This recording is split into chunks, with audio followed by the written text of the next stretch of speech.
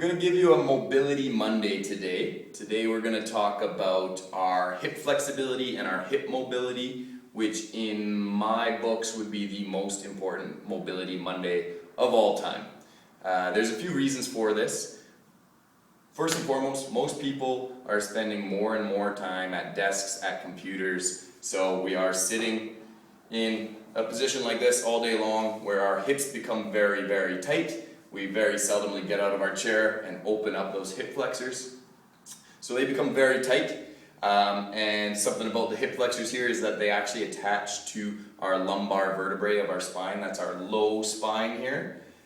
If that's the case and they're very tight, they're actually going to pull your spine into an excess lordosis, which is that lower back curvature, which is actually going to create a lot of back pain in a lot of individuals as well. As we know, low back pain is very, very prevalent in our society these days, and a big reason for that is very tight hip flexors. Also, if you're an athlete and you want to be more explosive, which pretty well every athlete does, we need to make sure that we have mobile and flexible hips.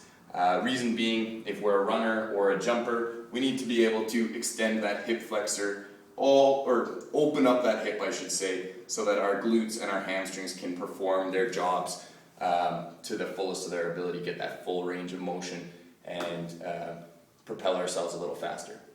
So I'm going to show you a few things today. It is my leg day today, so this is a great day to fit in kind of hip mobility and hip flexibility. I do legs twice a week, so I'd say you want to be doing it at least twice a week.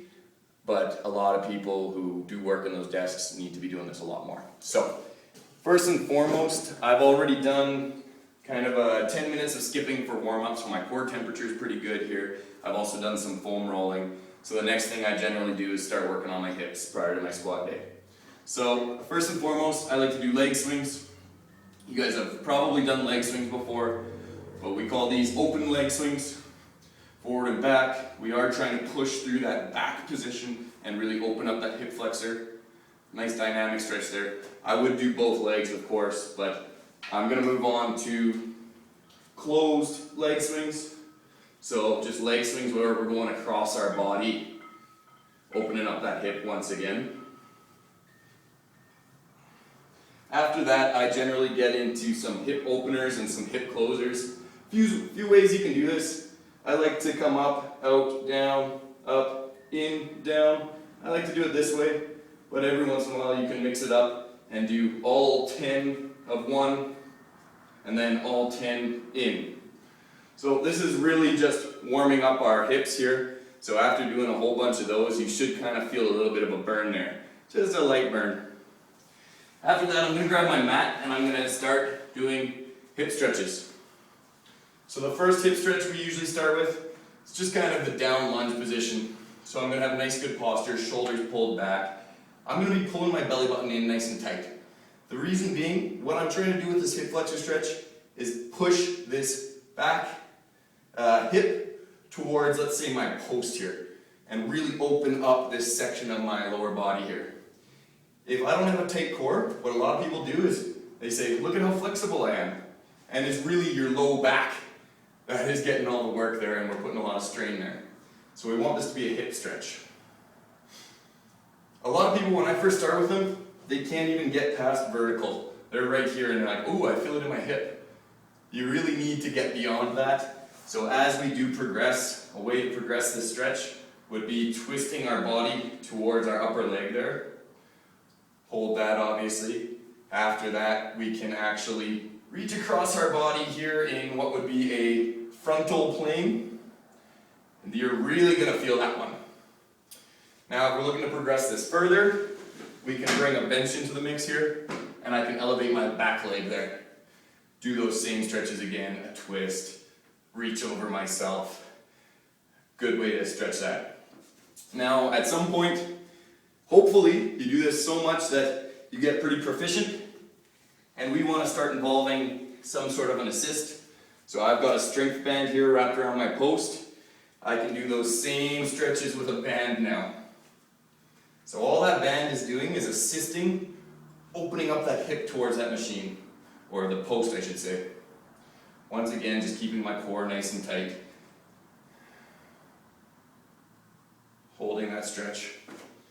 After we've done all of those for both legs, I usually try and get 2 or 3 sets of hip flexor stretches, but you can kind of be the guide. You'll feel them let off. Once they've let off a little bit, we might be able to move on. The last one I like to do is get into what is known as the wedge. So I'm just going to get that band kind of below, kind of onto my sacrum there, that bone in between your buttocks. And I'm going to sit down with proper posture in this position. So what you'll see right now is, if you can see it well from that angle, it looks like you can, that I'm sitting in basically the world's most perfect squat. I'm sitting back through my big movers, and I have a nice straight back, chins up. So this is what we're trying to progress to with our squats. Obviously most of us need an assist to push through at this point in time. Once again, hold that 30-45 seconds. After we've made it through all these stretches, you should feel like you are a lot more mobile. As you become used to doing these more often, you're going to notice, even just walking around your house, you're going to notice, ooh, they feel pretty tight. You really do feel a lot better once you've kind of opened up these hips and gotten a little more mobile through there. So, once again, this will just help us get into that really good deep squat without any flexibility issues there. So, thanks for watching. Keep contacting me, booking in, online coaching, all of that stuff. Thanks.